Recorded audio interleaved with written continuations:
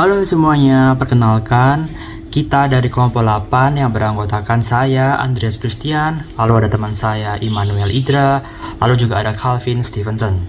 Jadi di kesempatan ini kita akan membahas tentang jurnalisme warga sebagai sebuah fenomena yang telah mengubah cara kita menerima dan berbagi informasi.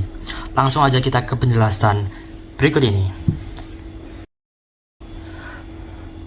Apa itu jurnalisme warga atau citizen journalism? Oke, jadi ini adalah aktivitas di mana individu tanpa pelatihan profesional di bidang jurnalisme mengumpulkan, melaporkan, dan juga menyebarkan berita atau informasi.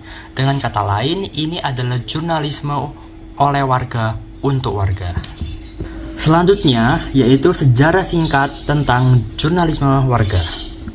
Jadi, jurnalisme warga mulai mendapatkan perhatian di era tahun 2000-an.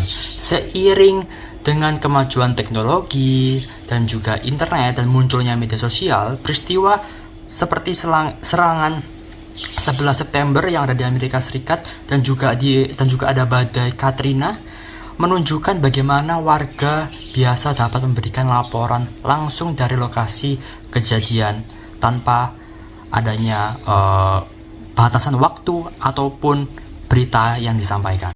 Peran media sosial dalam jurnalisme warga. Media sosial seperti Twitter, Instagram, Facebook, dan YouTube telah memainkan peran yang sangat penting dalam jurnalisme warga. Mereka menyediakan platform bagi individu untuk berbagi atau sharing secara real time dan menjangkau audiens yang jauh lebih luas. Yang berikutnya adalah manfaat jurnalisme warga. Di dalam jurnalisme warga ada beberapa manfaat, diantaranya yang pertama adalah kebebasan berpendapat. Nah, di jurnalisme warga ini memungkinkan setiap orang untuk menyuarakan opini dan pandangannya. Yang berikutnya, yang kedua adalah informasi cepat. Dengan jurnalisme warga ini biasanya akan menyediakan berita dan informasi secara cepat dan seringkali lebih cepat dari media-media tradisional. Dan yang terakhir, yang ketiga, yaitu keanekaragaman perspektif. Dalam jurnalisme warga ini memungkinkan semua orang memberikan sudut pandang yang beragam, terutama dari komunitas-komunitas yang kurang terwakili. Nah, dalam jurnalisme warga, selain kelebihan, tentunya juga akan ada kekurangannya. Ada beberapa kekurangan dalam jurnalisme warga. Yang pertama adalah terkait dengan keakuratan informasi. Dalam jurnalisme warga, karena ini dilakukan oleh masyarakat atau warga, sehingga informasi-informasi itu tidak terfilter, sehingga seringkali kita bisa melihat ada informasi yang salah, informasi yang hoax, entah dari sengaja atau tidak sengaja. Cuman itu memang sangat mudah untuk tersebar karena memang tidak divalidasi atau tidak disaring lebih lanjut. Dan berikutnya yang kedua adalah kurangnya objektivitas. Dalam jurnalisme warga, cenderung biasanya warga-warga atau orang yang menguploadnya itu memiliki bias pribadi yang dimana itu mengaruhi objektivitas dari sebuah pesan atau berita yang ada.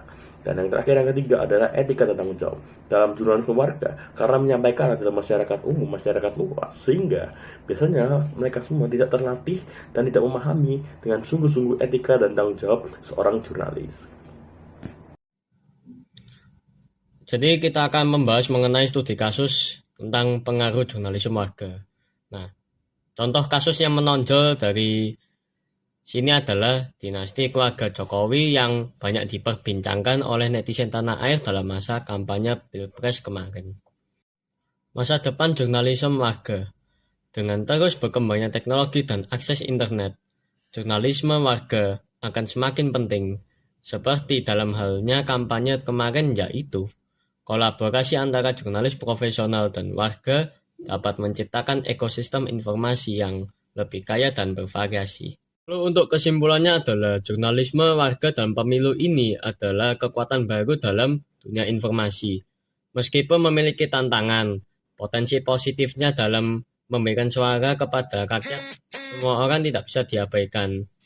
Terima kasih atas perhatian Anda, dan mari kita terus mendukung kebebasan berpendapat dan akses informasi bagi kita semua.